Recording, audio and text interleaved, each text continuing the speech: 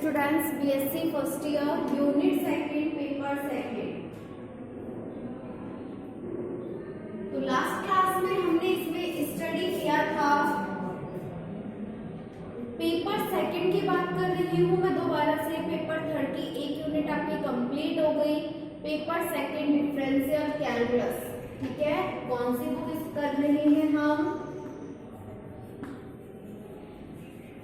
Differential calculus.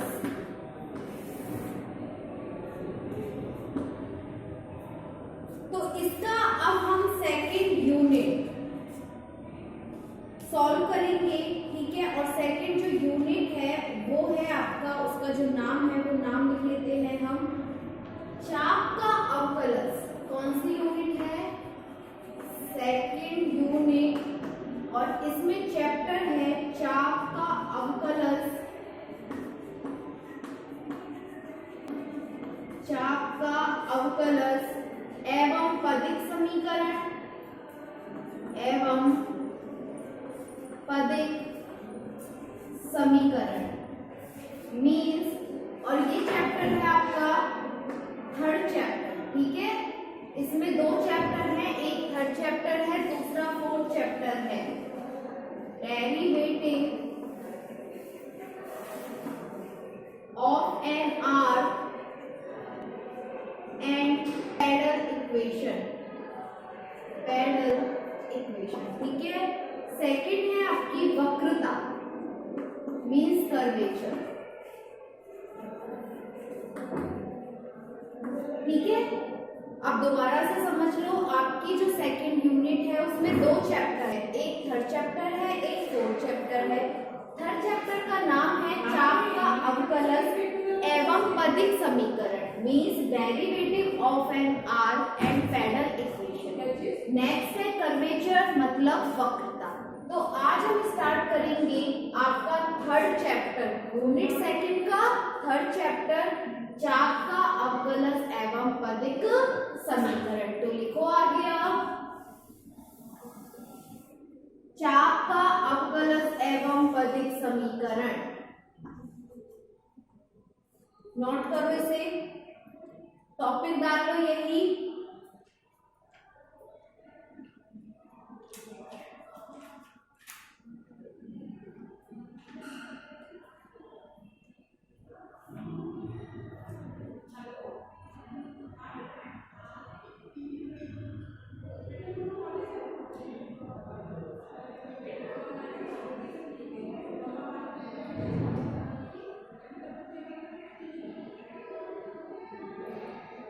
कर लिया। अब इसमें पहला टॉपिक हम पढ़ेंगे कि चाप का अवकलज क्या होता है, ठीक है। आज हम बात करेंगे चाप के अवकलज की means derivative of an arc, derivative of an arc. तो ये है आज का हमारा फर्स्ट टॉपिक, हम इसके बारे में डिस्कस करते हैं, ठीक है। तो पहले लिखेंगे इसमें, फिर मैं समझा दूंगी। यदि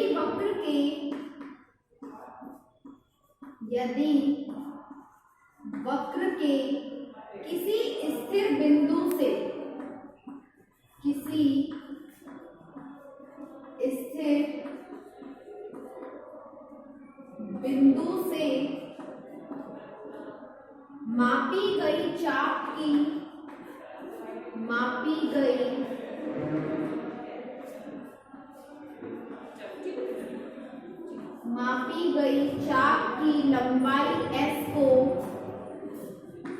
लंबाई s को x का फलन मान ले, x का फलन मान ले,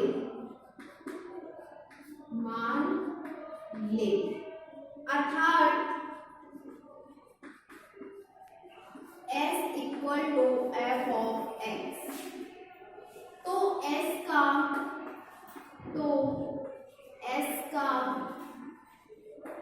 x के सापेक्ष अवकलज ज्ञात किया जाता है। सापेक्ष अवकलज ज्ञात किया जाता है।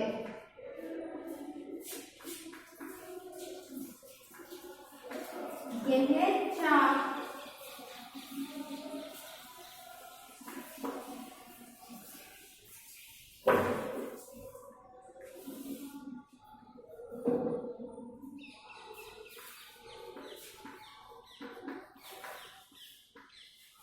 तो नोट करो पहले से, फिर मैं इसको इंग्लिश में करवाऊंगी।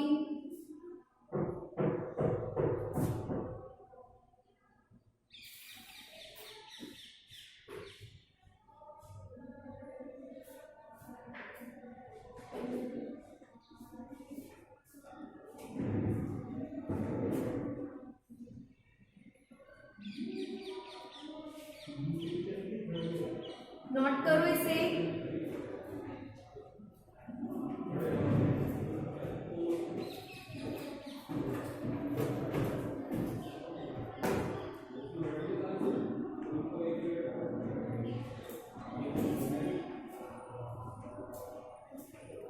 तो यहाँ हम बात कर रहे हैं चाप के अवकलज means derivative of an arc की। कोई भी हम वक्र लेते हैं उसका एक बिंदु क्या होगा, स्थिर बिंदु होगा, और उस स्थिर बिंदु से मापी गई चाप की लंबाई, जैसे मान लो ये हमारे पास कोई भी एक कर्व है, ठीक है, इसका P बिंदु है जो एक स्थिर बिंदु है। इस स्थिर बिंदु से एक हमने क्या करा, चाप निकाला, ठीक है। तो ये जो P से लेके ये जो Q तक ये जो चाप होगा, इस चाप की लंबाई को S को x का फलन मान लेते हैं। इट मीन्स इस S को जो इसकी x के सापेक्ष क्या कहलाता है, अवकलज का चाप कहलाता है। लेकिन जब हम क्वेश्चन करेंगे तो आपको अच्छे से समझ आ जाएगा। अभी तक आप सिर्फ यहीं तक इसे नोट करोगे।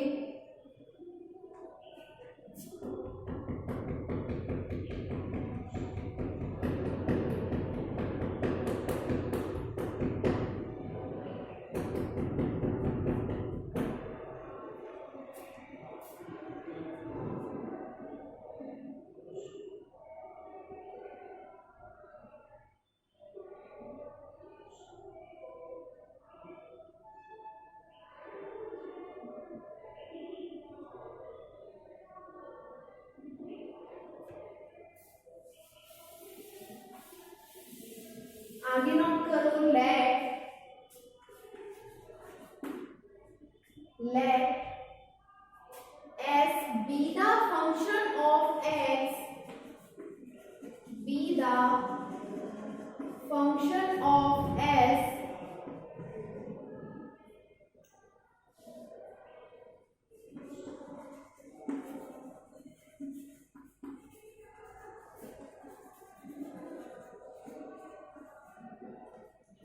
from any fixed point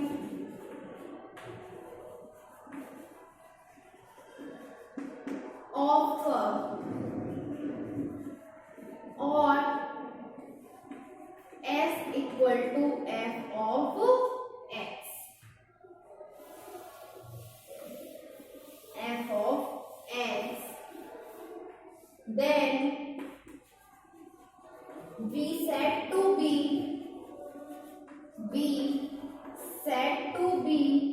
the derivative of an arc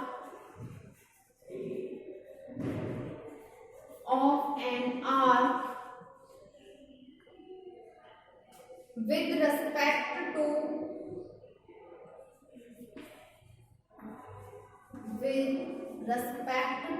x, ये डेफिनेशन नोट करो, ये डायग्राम बनाओ, फिर हम पढ़ेंगे नेक्स्ट टॉपिक।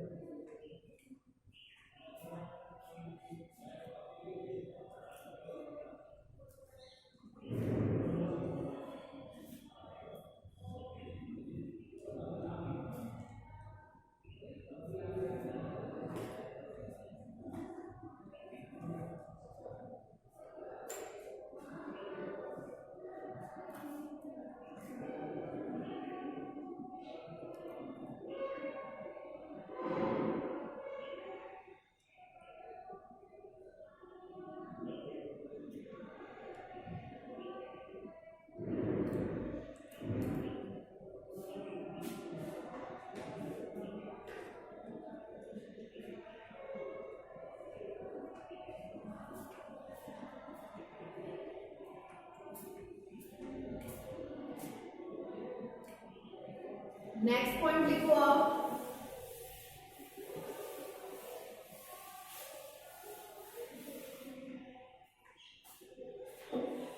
चाप की लंबाई का अवकलज, चाप की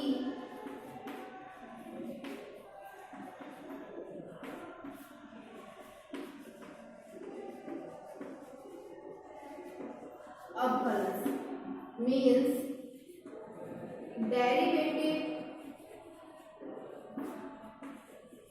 of length of an arc, ठीक है। तो हम सिर्फ इसका फॉर्मूला नोट करेंगे। इसका फॉर्मूला होता है ds/dx equal two plus minus √1 plus dy/dx का होल स्क्वायर, ठीक है। अब इन फॉर्मूलेस को याद रखना है आपको, क्योंकि जब हम क्वेश्चन करेंगे तो यही फॉर्मूलाज हमारे यूज में आते हैं। तो क्या फॉर्मूला है, s का x के सापेक्ष डिफरेंशिएशन मींस डेरिवेटिव अवकलज किया और उसकी वैल्यू किसके इक्वल आई है, √1 प्लस dy/dx के होल स्क्वायर, क्लियर। अगर हम यहाँ पर x के सापेक्ष ना करके y के सापेक्ष अगर इसका अवकलन करें तो क्या फॉर्मूला होगा, तो सेकंड फॉर्मूला है आपका ds/dy plus minus √1 plus dx/dy का होल स्क्वायर, ठीक है।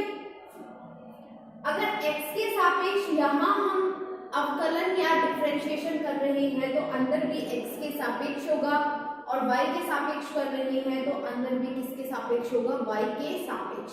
अब ये दोनों में से कौन सा फॉर्मूला किस तरह से पुट करना है, हमारा x कब यूज में होगा और y कब यूज में होगा, ये हम जब हम क्वेश्चन करेंगे तब हमें पता लगेगा।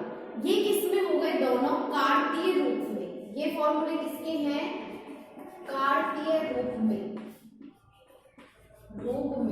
ठीक है, इन कार्टेशियन फॉर्म,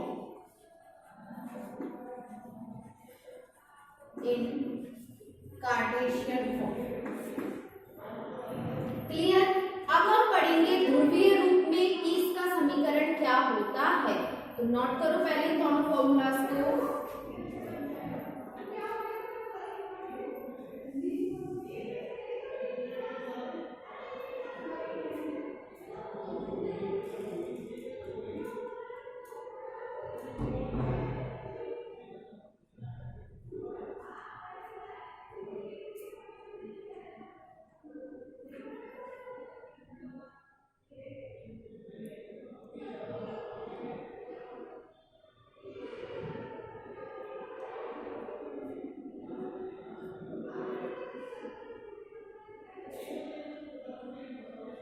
अगर s और x में संबंध दिया है, रिलेशन दिया है, तो हम ऊपर वाला फॉर्मूला यूज लेंगे क्वेश्चन में, ठीक है।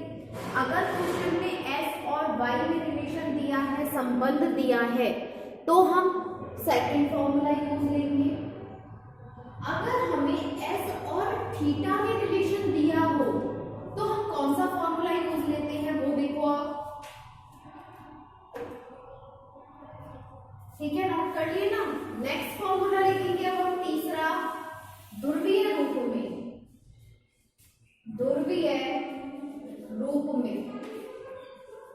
इन पोलर फॉर्म,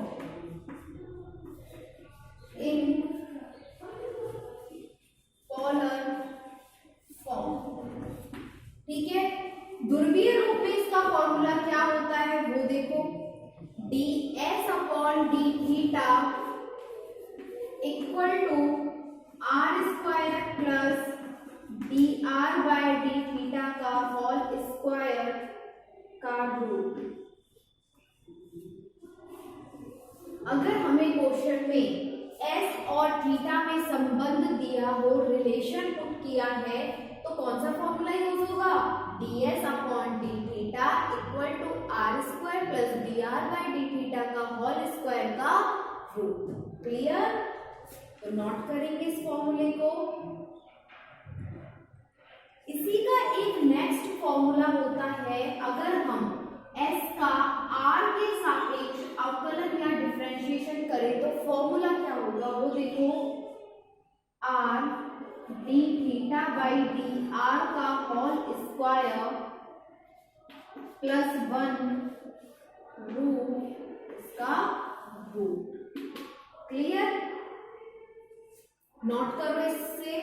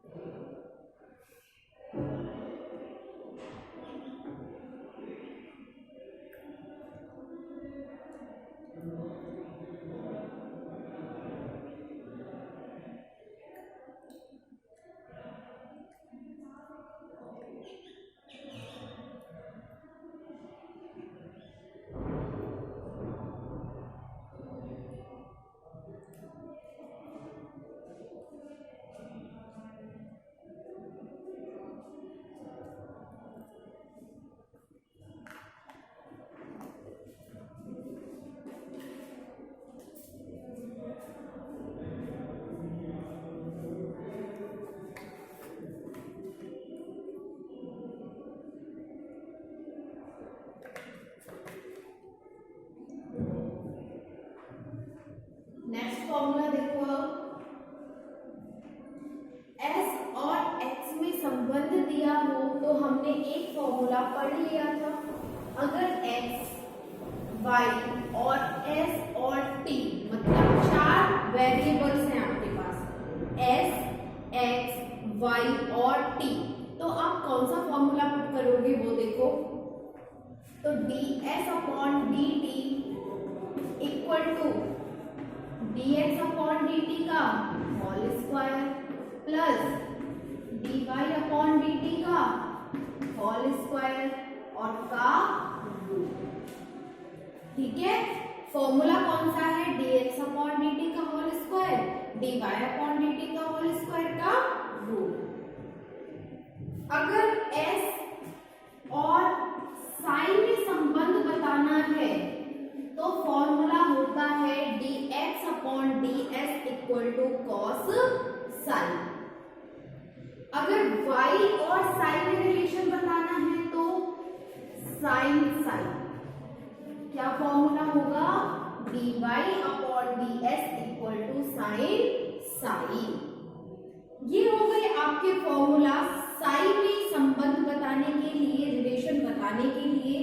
आपके दो फॉर्मूला और बच रही हैं, वो है फाई का।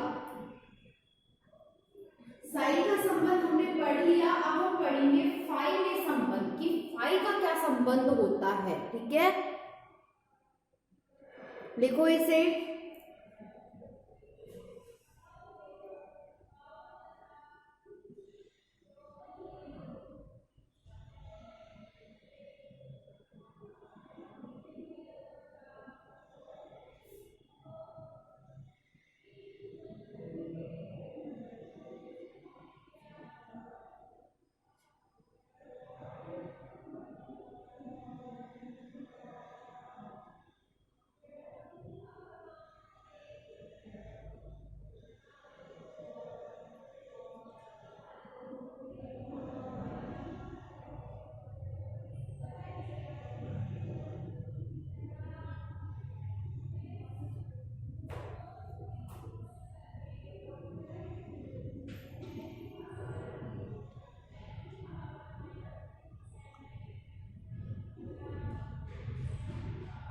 नेक्स्ट दोनों फॉर्मूलाज लिखो। अब फाई में संबंध बताने वाले जो फॉर्मूलाज हमारे फाई में रिलेशन पुट करते हैं वो फॉर्मूलाज होंगे हमारे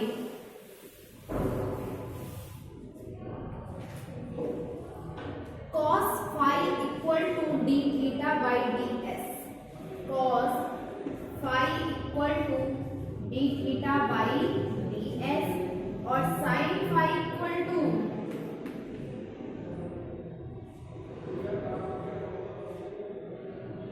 are D theta by D S.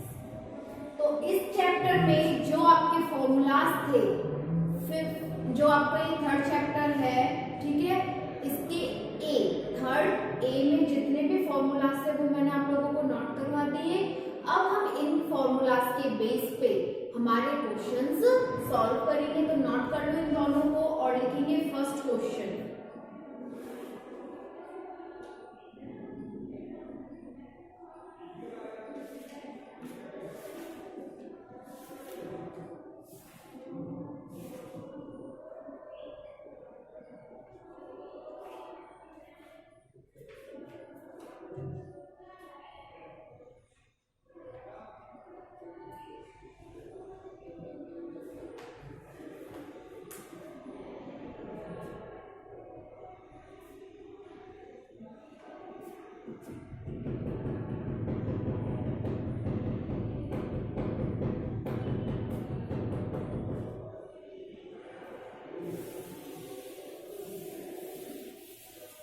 Okay, लिखेंगे हम आगे पहला question.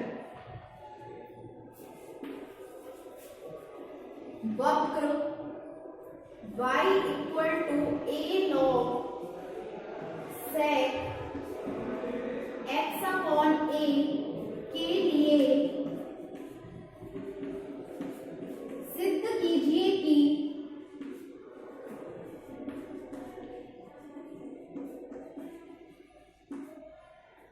ds upon dx equal to sec x upon a तथा d2x upon ds square minus 1 upon 2a sine 2x upon a। For the curve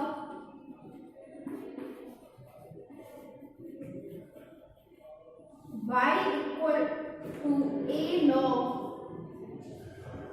sec x upon a, prove that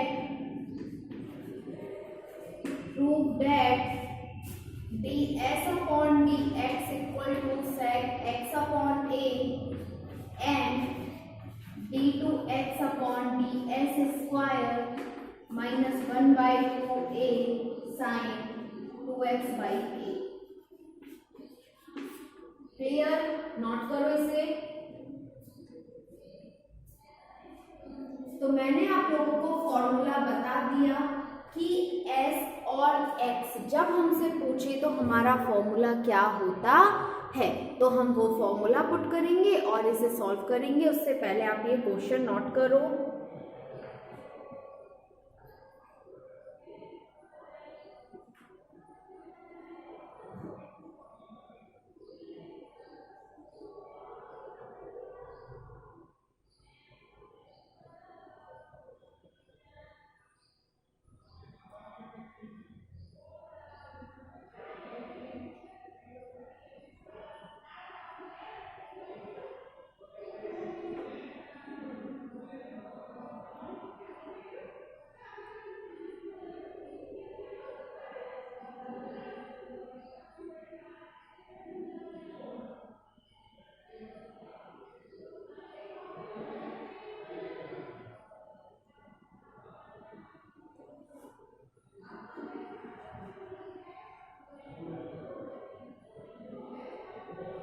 कर लिया यहाँ तक, आगे लिखेंगे अब हम।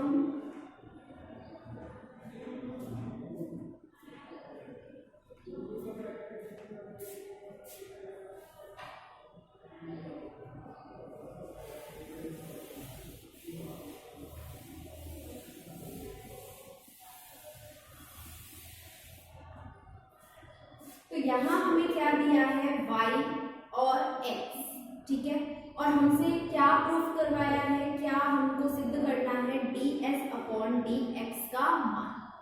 तो हमें फॉर्मूला याद होना चाहिए चाहिए कि dx upon dx equal to क्या होता है, root 1 plus dy upon dx का होल स्क्वायर। क्लियर, ये फॉर्मूला है। हमें क्या निकालना है, y का x के सापेक्ष अवकलन मतलब डिफरेंशिएशन करना है।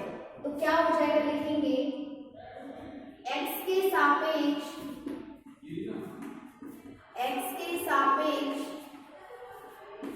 अवकलन करने पर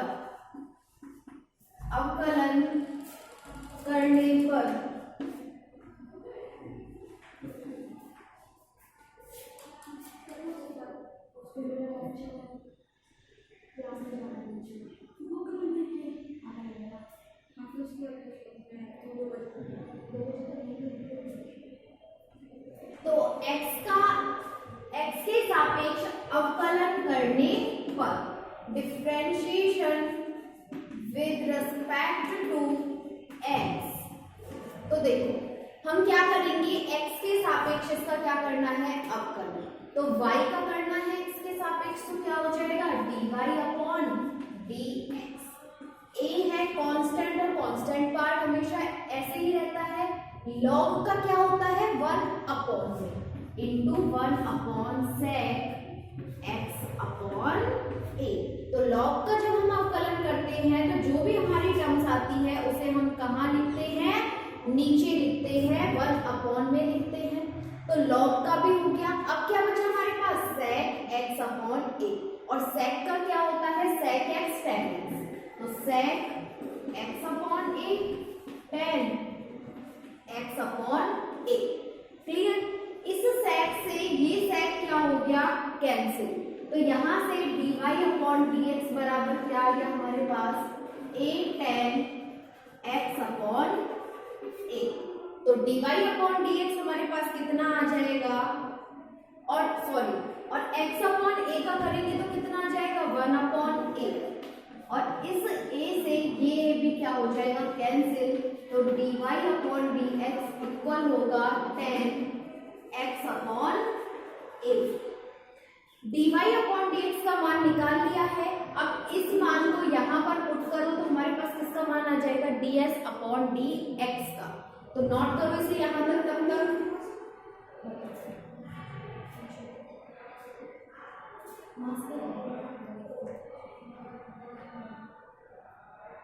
नोट करो, फिर हम इसको आगे सॉल्व करेंगे।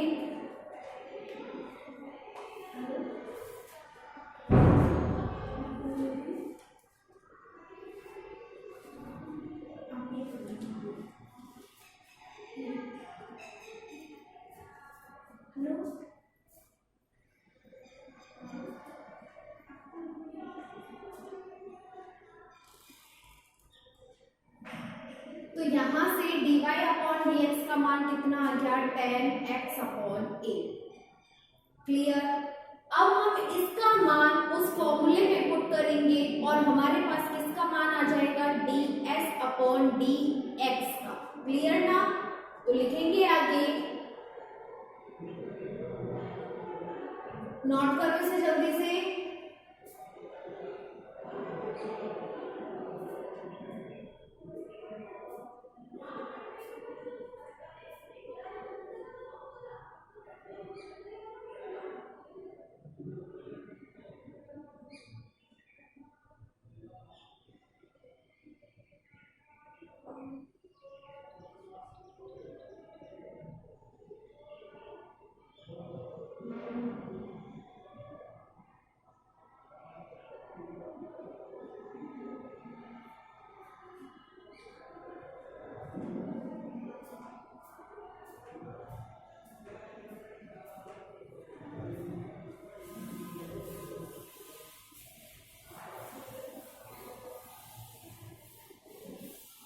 आगे लिखो, dy अपॉन dx का मान, dy अपॉन dx का मान सूत्र में रखने पर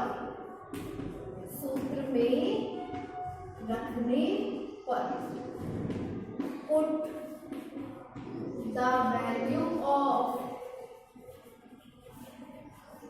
dy अपॉन dx इन फॉर्मूला।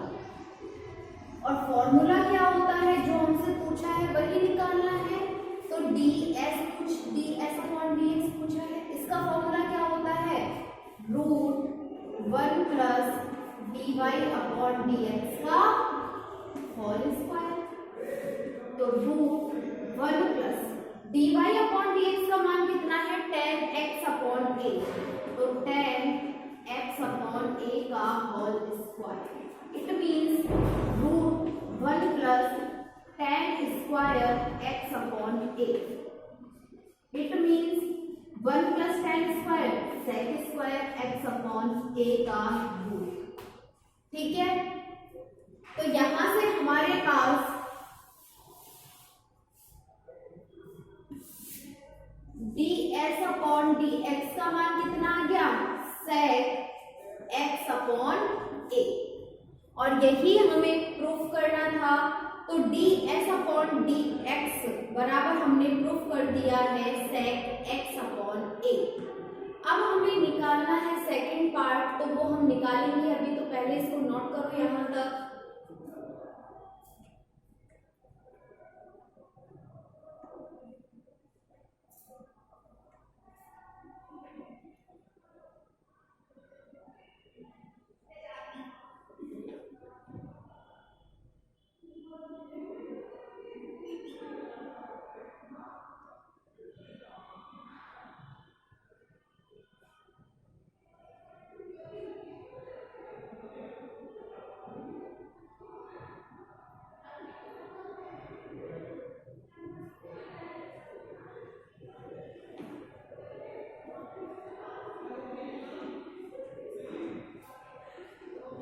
तो देखो यहाँ पे आगे नोट कर लिए इतना। अब हमसे सेकंड पार्ट क्या पूछा है, क्या हमसे प्रूफ करवाया है। अब हमसे प्रूफ करवा रहा है d2x अपॉन ds स्क्वायर। मतलब x ऊपर है और s नीचे है, लेकिन हमारे पास तो ये आया है। यहां से हम क्या करते हैं, इसको उल्टा करते हैं। तो dx अपॉन ds किया तो ये भी क्या हो जाएगा, 1 अपॉन में चला जाएगा। तो 1 upon sec x upon a। तो dx अपॉन ds का मान कितना आ गया, 1 अपॉन में है sec। तो 1 अपॉन sec कितना होता है, cos x अपॉन a। आगे देखो अब इसे,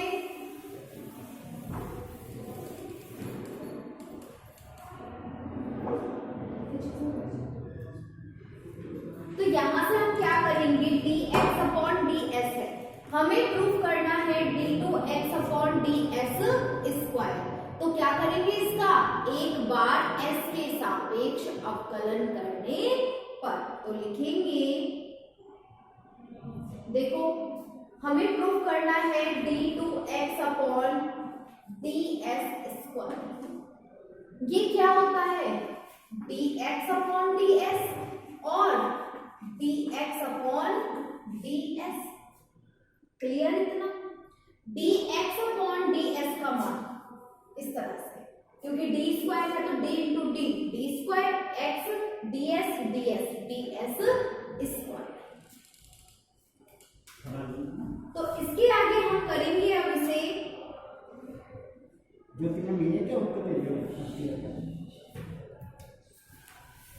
तो पहले यहां तक नोट करो इसे। उसके बाद हम यहां से d2x अपॉन ds स्क्वायर का मान निकालते हैं। और ये आज की क्लास में आपका कंप्लीट नहीं हो पाएगा, तो इसे हम नेक्स्ट क्लास में कंप्लीट करेंगे।